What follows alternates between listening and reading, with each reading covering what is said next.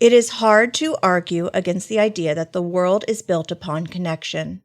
From the tiniest atoms to nature and even technology, everything in our world depends on its relationship to others. Studies into human relationships tell the incredible story of the power of connection. Positive, healthy human relationships are linked to better mental and physical health outcomes. In today's busy world, we are asked to connect to others on a regular basis, and yet there is often little understanding of the vast impacts our interactions have. Welcome to Season 2 of NFCC's Guide Through the Seasons of Mental Wellness, where we dive into some of the most common, as well as a few overlooked, relationships we experience in a lifetime.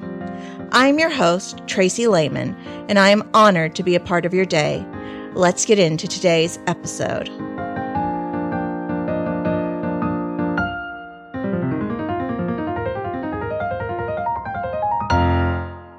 Relationships are the cornerstone of human health.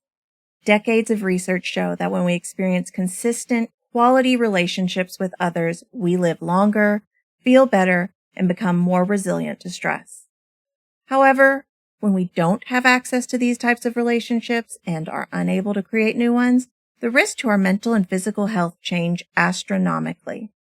In fact, many studies have now confirmed that loss of social support and chronic loneliness are more disastrous to our health than smoking, obesity, or other measures of health risk. Putting these facts in the modern context of a global pandemic can be quite alarming. Never before have people experienced this level of isolation. Even as we come back together, many struggle to create new social connections due to the increased anxiety and decreased social skills created by this period of separation. So what do we do? How do we help ourselves, our children, and our parents navigate social situations during periods of separation? Here to help me explore this extremely relevant conversation is NFCC's clinical director and my close friend from graduate school, Heather Timmis.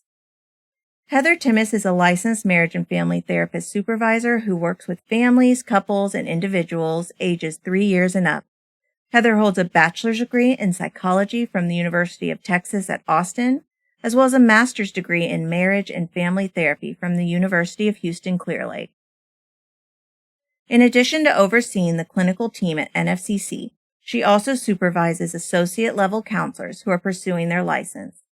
Heather has many years of experience helping clients work through challenges such as trauma and anxiety with traditional talk therapy, play therapy, trauma-focused cognitive behavioral therapy, and eye movement desensitization and reprocessing, also known as EMDR.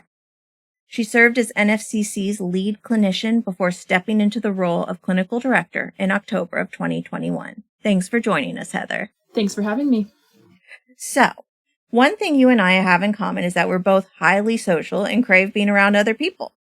Can you speak a little to how this pandemic has impacted your relationships and how you handle these new obstacles? I will definitely say it has been a challenge. Not only am I a big extrovert, I'm also an Enneagram 7. So wanting adventure and connection is a high priority on my list. So the beginning of the pandemic was very, very challenging. I was used to being constantly busy, seeing people, going out. So I had to really adjust. I did what everyone did and tried to use house party and things like that to do those virtual happy hours and get-togethers, but it doesn't offer the same connection. So then, I really tried to figure out ways to create those connections, like going to a park, hanging out. I would still try to kind of get those gatherings going because otherwise I did start to feel some of that loneliness. I think the best thing is I did have a partner at home. And so having at least one companion was really helpful for me because I kept constantly thinking about when I used to live alone in an apartment, this would have been such a challenge and so hard on me. Yeah, so you were able to lean into the things that you were able to be grateful for. Yes, definitely. Yeah, I had a similar experience, but I probably didn't lean into the things to be grateful for because I was home with my husband and my kids and eventually a nanny, but it's really hard working with 2 kids at home, and all I wanted was my friends. I'm an Enneagram 2, so I really like to be able to, be there with people and be there for people. And I felt like I was missing out on a lot of major life moments for a lot of my close friends and relatives. And I've been seeing a lot of similar frustrations for a lot of my clients, even the ones who were introverted, even friends who were introverted. You know, in the beginning, they were fine and they were just moving along. But eventually, I feel like this has gotten to everyone. As a counselor, what are you seeing as the impact of the pandemic on your clients, especially from this social isolation perspective? I think it is challenging on both introverts and extroverts because everyone hits a wall at a certain point. Everyone that is extroverted needs alone time, and everyone that enjoys their alone time and is introverted needs time with people to connect. One of the big differences is more the energy that you get from kind of those surface level interactions versus those deep relationships where you're talking more about those things that truly, truly matter. So one thing for clients that I've been seeing a lot is a lot higher rates of depression and anxiety. I think with that social isolation, one of their coping skills has been taken away from them, or at least they're not being able to use it in the same way that they have before. I also have seen a lot of people have this constant kind of survival mentality of, what if I get sick? What if someone close to me gets sick? What if I get somebody else sick and I'm responsible for that? And that guilt and shame of how can I interact in a safe way and not take on that responsibility. So I've seen a lot of people really struggling with what is safe to do. And as the pandemic has gone on, there's obviously different comfort levels as far as how much to go out. But I've still seen a lot of people really struggling with how to stay safe and how to have conversations with people around their comfort zones. But definitely those anxiety levels have been a lot higher, and our brains are constantly in that mode of looking for that safety and threat level around us constantly.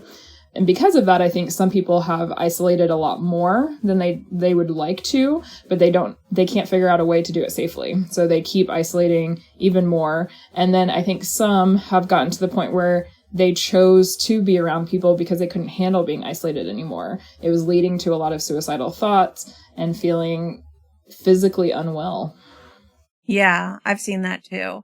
And a lot of people also just losing social skills. I find I was already seeing, I don't know if you were seeing this too, but with technology and with the dependence on texting and social media and, just online formats instead of having to talk to each other, that there was already a huge increase in social anxiety for face-to-face interactions, especially with people who are already prone to have social anxiety. Yes. And coming out of the pandemic, especially with my teens, I'm seeing that has just really thrown them for a loop going back to in-person school.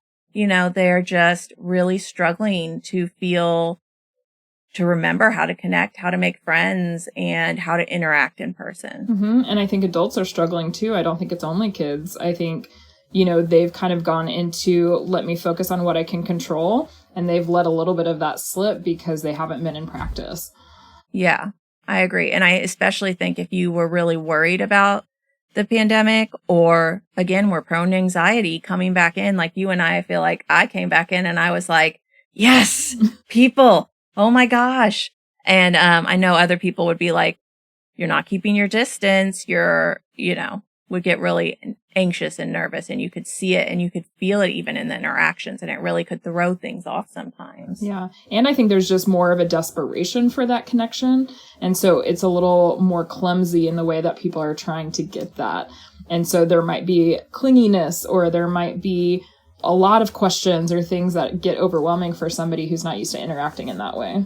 Yeah, I agree. And then also on the other side of things, when people are anxious coming out of it, having that understanding and that empathy, like regaining the ability to read people's faces and intentions and having that compassion, I think has been really important, because we can get offended really easily. Like, you think I'm sick? You think I'd come here if I was sick or I didn't feel well? A lot of people get really easily offended. So there's a lot of new dynamics that are making it harder for us to connect, I feel like. Mm-hmm. And on that opposite end of people that are taking the pandemic very seriously and continue to be really strict with their boundaries around that, a lot of them are getting made fun of or bullied, or, people are dismissing and minimizing their feelings, which then leads them to isolate even more. Yeah.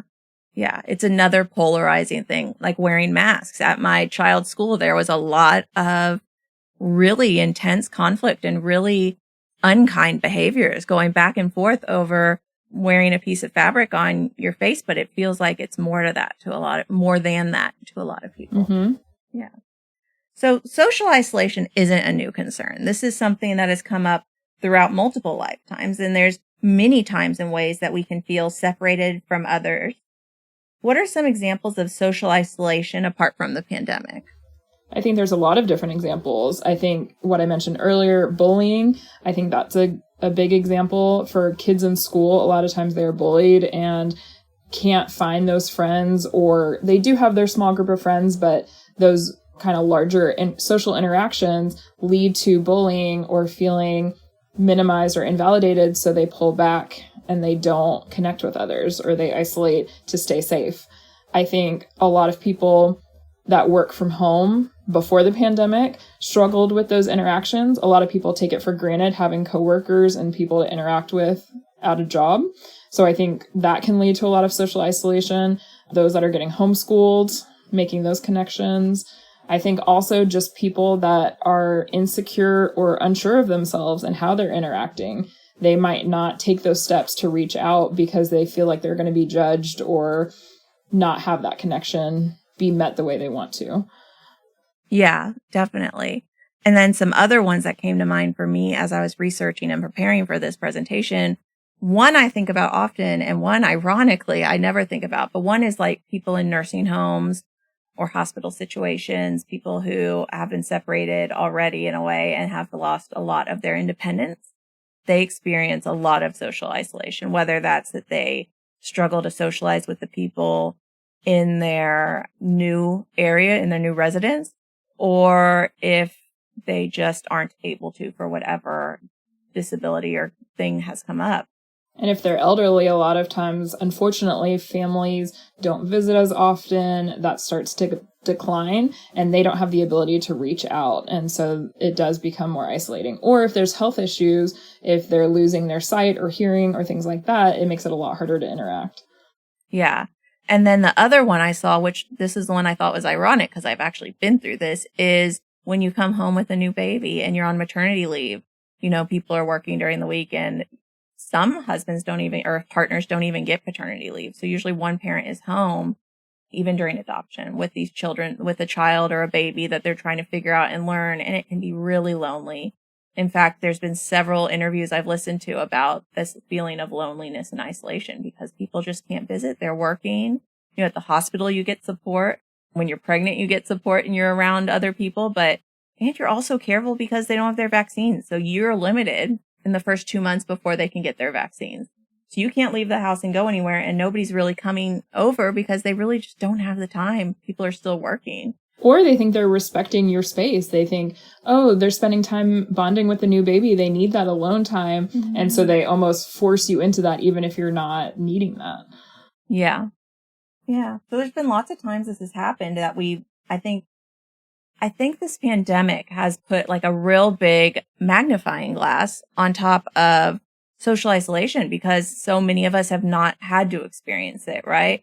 And now we're seeing what people who have experienced it maybe feel like, what it's like for them when they don't have access. Mm-hmm. And I wonder if there's a way to move through these social dilemmas, these social restrictions that have come up that have this anxiety and stuff that stops us from interacting, and move to a place of even more compassion and even more remembering to reach out and maybe being, you know, less text message reliant and more face to face, willing to have that interaction. Mm-hmm. Well, and I think one benefit from this pandemic, hopefully, is that people have realized the things that truly give them energy and they feel good about, and what interactions are worth taking the risk for.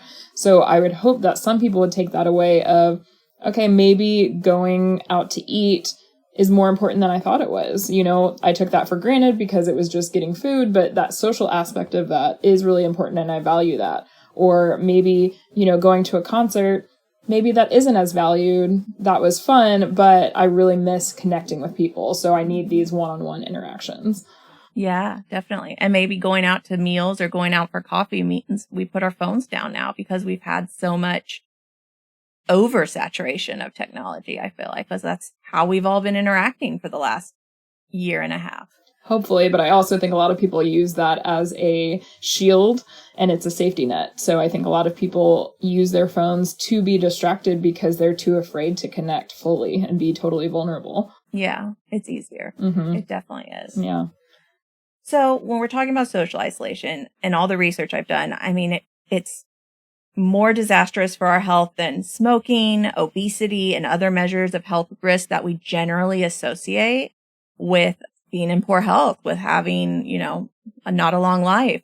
Some other ones that came up was that having limited social interactions actually decreases your immune system response, decreases the way your body processes nutrients and things. There's just so much interesting research about it that just crazy to me. The only thing I've ever heard consistently was that the number one correlate for who has the longest life is social support, is having those connections. But I've never really heard that much about the reverse of not having them.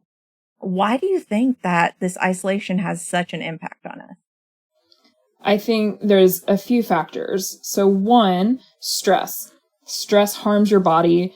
It creates, like you said, a lack of immune response. It creates a lot of health issues. You're more susceptible to certain health issues like diabetes and things like that if you have a lot of ongoing stress. And so one of the coping skills for that is social interaction and connection. And if you don't have that support network, then those things are able to take hold a little bit more. I also think that when you think about trauma, that's something that is one of those predictors of if you're going to get through it, if you have that social connection. And so think about all the people that are going through trauma. And again, there's so many examples of this, but the pandemic itself is a trauma. It's a macro level trauma that we're all going through. But if you don't have that social network to get through that trauma, then it's going to have an impact on how your brain is developing and what that is causing in your body. So, I mean, it makes sense that there's a lot of physical health concerns with it. Yeah. And one of the things I often think of, or I talk to people about often, is the importance of that social connection. And there's some people who just don't understand why it's important. I think people with really bad anxiety or really bad trauma around, important relationships. But what I always say is our entire world is meant for connection. I'm an attachment therapist. I care about relationships. And if you really look at it, trees grow in groves together so they can protect each other, right? They strengthen each other. They protect each other from wind and storm. If you look in our brains, our neurons have to connect to other neurons. Otherwise, they kind of wither and our brain kind of prunes them away. If we look at cellular organisms or our own cells cannot, minus single cell organisms, which I haven't looked into that much. But outside of that, cells in general, if they don't have other cells to commune with, they die. So generally speaking, everything in the biological world is really built for connection. So it kind of does really make sense that there would be such a large biological impact on not having those connections. And obviously for therapists, we talk about this a lot, but for other people, Maslow's hierarchy of needs, when you look at that, yes, you need your basic shelter, water, food, those things. But then the next step up is belonging. And so why is that built in so strongly if it's not what we need? It is. Yeah. Yeah, absolutely. And then when I do talks on stress resilience and Bruce Perry, because you knew Bruce Perry before I knew Bruce Perry, and his stress resilience map, his little map of, in the new book, What Happened to You, the map of the brain and how the brain kind of shuts down. If you think about threat responses and that we are first and foremost threat response creatures, that if you are in the wilderness by yourself, you are more vulnerable. And if you're injured, you're more vulnerable. And so what you want is a tribe. You want a group of people that can come together like the elephants. Have you ever seen elephants when there's like baby elephants and they all circle around, right? That's a biological imperative. And so when your threat response is relieved by having trusted, protected people around you. So yeah, I think putting all that together between the two of us, it makes a lot of sense that it has such a huge impact. So knowing that, how do we maintain relationships when we're separated or isolated? I think there's a few things you can do. I think one, recognizing the need. And like I said, trying to recognize those moments that really do fill your cup, so to speak. So what are those moments that you feel the most energy from so that you can replicate those more often and ask people that you know to engage in those with you. I think a lot of it is risk taking. You have to have a vulnerability to be able to reach out to somebody and say, I want to spend time with you. And that can be very scary for people, but it is worth it to take the risk to try to find those right people to spend time with. And that's one thing that I would definitely say is to continue that search until you find your people, because there's so many that are surrounded by bodies. They're surrounded by people that are there that aren't actually there for them. They're not supportive. They're not nurturing. They're not helpful. They're not healthy people. And sometimes people put up with those connections just because it's a person in the room. So I would hope that everyone can really take the risk to find the people that are going to give you what you need rather than just settling for who's around in the moment. Yeah, absolutely. And I think a lot of that comes down to A, doing your own therapy, doing your own work, and B, I'm a huge proponent of mindfulness meditation because what I have gained from it, from my personal experience. So one of the things we learned, or I remember really profoundly from grad school, and I don't remember who said this, but it was, don't give your clients things to do that you wouldn't do yourself. And so I apply that a lot. I see what works with me and try it on, have other clients try it on. And sometimes they still don't want to do it, but at least I know that it's a possibility. And with mindfulness meditation, I've developed a lot of awareness, a lot of that ability to kind of distance myself in a moment and see what's going on. Or even after the fact, if I have because I'm human, have these big emotional reactions, but creating that distance, what's happening here? What am I reacting to? And also just having awareness of the patterns and behaviors within my relationship so that I know if someone is manipulative or if a relationship feels one-sided, or even if I feel like my side is one-sided, being able to reach out and speak to that with somebody and be like, your relationship is really important to me. And I want you to know that you can reach out to me and support. I feel like I've been leaning on you a lot, and I want you to know that I am also here for you to lean on. And I think those things are so important. And I think we also need to look at other countries, because I think part of this is a societal issue, is we are a very individualistic society and we reward that. We want to be seen as independent and self-sufficient. Mm-hmm. And when you look at other countries that are more collective, they focus on the community. They focus on how can we support each other. They focus on building things into their society that support elderly, that support children, that support different groups to continue to have support. Mm-hmm. We don't do that. If you're struggling, you have to figure out yourself. You have to find those resources. You have to know when and where to reach out for help. And it's not built in. You have to really find it. And so I think we could do a lot more research around other countries and how they are kind of supporting those different facets of society to make sure that being connected is rewarded. Yeah. I agree. So many things came out. I don't want to make this a political podcast, but America is, or has historically been, who other countries try to be like, right? They model after us. And while there are systems in countries that are becoming more westernized, they are adopting more of that individualism, and it's showing in these polarizing behaviors and negative interactions that we're seeing in many westernized countries, I feel like. And I agree. I think the individualism, the not having a support system, is pretty recent. It's not something we've built ourselves for.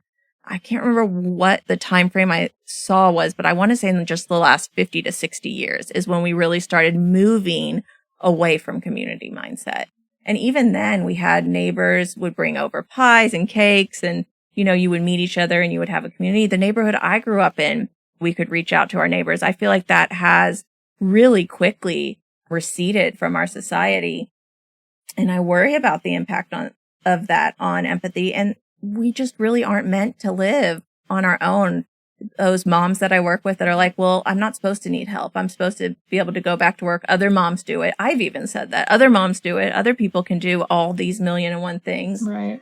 There's a movie with Sarah Jessica Parker. What's it called? I don't know how she does it. Did you see this movie? Okay. She does everything. She's a super successful businesswoman. She does her kids' projects. She has an amazing marriage, just on and on and on. And I can't even remember what the ending was, but the only thing that came across to me was, I want to be Sarah Jessica Parker in that movie. I want to be the person who can do everything with no help. but also when does she get time for herself? Yeah. And I think that might have been the point of the movie. I'll have to go back and watch it. I think her marriage was actually not being addressed as well as maybe that's what the end was. I can't remember, but that's what stood out to me. And that's what leads to so much shame and judgment on ourselves and a lack of self-compassion, because we think we should have it all down. You could do the job and the home life and all those things and do all the chores, and it's all on you, and it shouldn't have to be. Yeah. And at some point it's going to break. At some point something's going to break, and it's going to take its toll. Mm-hmm. Well, and what I've even heard recently is that they're anticipating that this next generation is going to be a lot of latchkey kids again, where, you know, that was very big in kind of the early 80s of kids staying at home alone and fending for themselves because their parents are both working. And so that's coming back because the expense of childcare has gotten so insane that people can't afford it. So they have to leave their kids at home alone. And then again, that leads to even more isolation and them feeling like they have to do things on their own and grow up too fast. Yeah. Yeah. So thinking about kids like that maybe their parents don't have those kinds of resources, and thinking about our aging parents who may be in homes or hospitals, or maybe people are staying away from them to protect them. Thinking about all of these things, what can we do to be aware of the most vulnerable people that we have relationships with and support them and help others support the vulnerable people in their lives? One, pay attention. Look for those people. You know, think about that. We so often get caught up in our own worlds. We don't stop to look at the perspective of others in our life and what our loved ones need. And then I also think being able to ask that person what would be helpful to them. Because we also tend to make a lot of assumptions around, oh, this person would love it if I just stopped by or dropped off a pie or did whatever. But maybe that's not what they're really looking for. Maybe they need you to take them to a hair appointment so they can feel good about themselves and sit with you and talk to you. You know, ask them what they need and check in, and you be vocal about what you need to others if somebody asks you. Yeah. Mm-hmm. What do you think? I think a lot about managing resources. Something that comes up for me a lot are people like my mother-in-law who doesn't have a lot of ability, you know, to get out and socialize, and having the energy and time to spend with her, and also having the energy and time for my kids and the things that I need to get done. So I really think being aware of your resources, being aware of what you're putting energy. There's a book out there about spoons. I've never read it, but I've had so many people tell me about it. Right. And I think that makes a lot of sense. How many spoons do you have? Are you out of spoons and trying to I don't know what the metaphor would be there, but, you know, manage your spoons. And when things are really stressful, hold on to more spoons, because you need those spoons for when something else comes up. So that self-care piece is so important there, that awareness of, do I have the resources? Because otherwise, anyone asking you to check in on these vulnerable people in your life, check in on your friends, can feel really daunting and overwhelming. So managing that, figuring out healthy ways to do that, I think is really important. And maybe also kind of tapping into things that you already care about, like hobbies or events that you enjoy going to, and then put that out there. I'm already doing this thing. If you want to join, come with me, or meet people there. So you already have that instant connection, and it's a little easier to talk about something. Yeah. So I think having that, like, we had a pod. I don't know. Some people are calling them bubbles. Some people are calling them pods, but we made a pod with our neighbor and slowly added people to that as we felt more and more comfortable, as vaccines came out, all those kinds of things.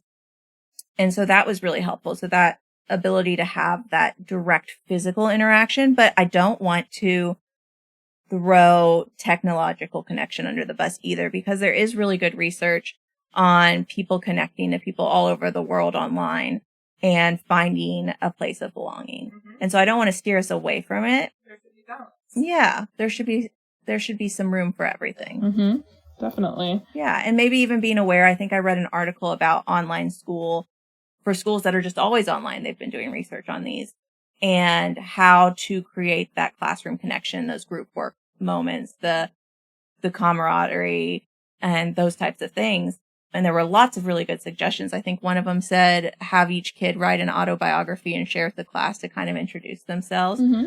But I think when you are choosing groups to be a part of online, again, we're talking about spoons here. We're talking about what are my resources. I can't just go join every group, although some of us may try to do that. But being aware of like what this group is, what the dynamics are, how are they creating connection or are they not? Do you really not get to know anyone? Do you really not feel like your people are opening up in this group? And really just being aware of if it's meeting your needs and not, and being okay with saying, this isn't working. Mm-hmm. And I think part of that is being in touch with your own physical body sensations and emotions so that you can tell what's going on for you. Are you feeling connected? Do you have that gut feeling that something's not right here? And, maybe this person isn't for me, or maybe this person has ill intentions. If you are not aware of yourself, then it's really hard to open yourself up to those healthy relationships and find those people that can be helpful when you're being vulnerable. Mm-hmm. Yeah. And I go back to that risk taking too. I went back to the gym recently, and something that's really important to me and has always been is I need social connection at the gym. Like that's what motivates me to work out, is having somebody to work out with. And so I joined this new thing, Orange Theory. So it's one of those group exercise classes, which I love. But again, I don't have a person there. Well, the last time I went, I kind of started talking to this one girl that was next to me. And when we left, she said, hey, let's be workout buddies. And so that's been really nice too. So, but that's a risk, right? Mm-hmm. It feels really uncomfortable, especially those of us that feel that discomfort in gyms, which a lot of us do, to take that risk and reach out. But it can be just so beneficial to have those connections. And also going back to the self-awareness and the spoons, like if there's something you're on the fence about that you're spending time with and you're not sure, when you recognize that you're running out of spoons, when you feel like your resources are thin, those are the signs that those are the things you can drop. Those are the things you can put away so that you can focus on yourself and preserving resources, because that's what we need to manage stressful situations. Mm-hmm. Yeah, my favorite place to meet people is in line. If you have to wait somewhere for a long period of time, it's the easiest thing to turn and talk to somebody because they're also bored. And mm-hmm. Yes, we can sit on our phones all day long, but it's really nice to be able to just talk about what's going on in front of you. And that helps you practice mindfulness too, of being currently in the moment. Mm-hmm. And that's going to help improve that social connection as well. It's going to be memorable.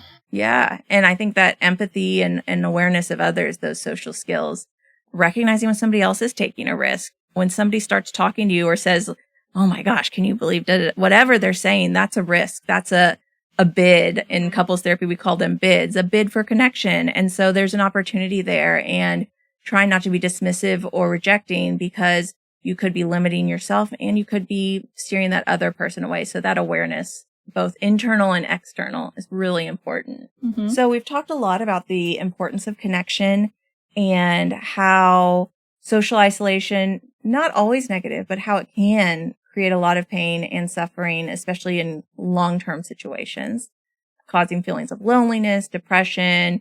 We can suffer from low self-esteem or anxiety. What do you think the warning signs might be for somebody who's like, I'm really struggling with this. Am I just being dramatic mm-hmm. or sensitive, or should I go seek help? Is this really having a detrimental effect on my mental health?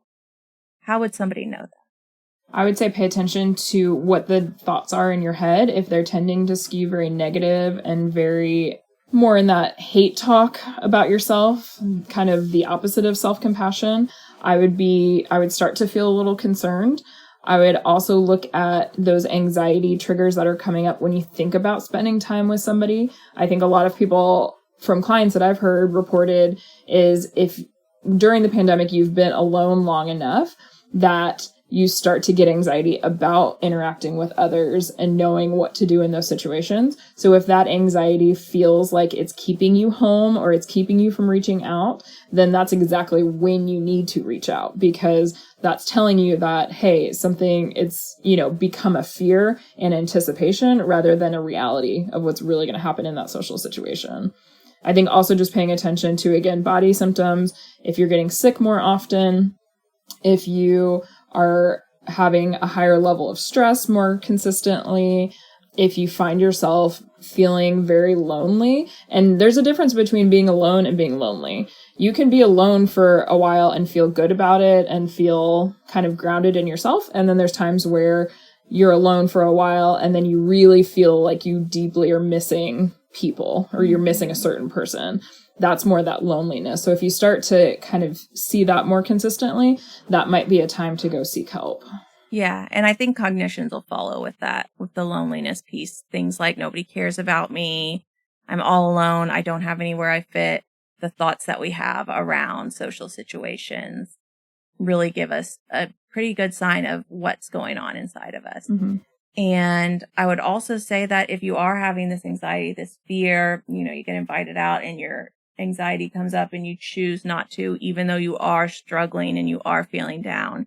If you're choosing to not do the things you used to enjoy, those are some pretty good signs too. And going to see a therapist is a safe place to start practicing taking that risk of re-engaging with people. It's a place where you don't get judgment.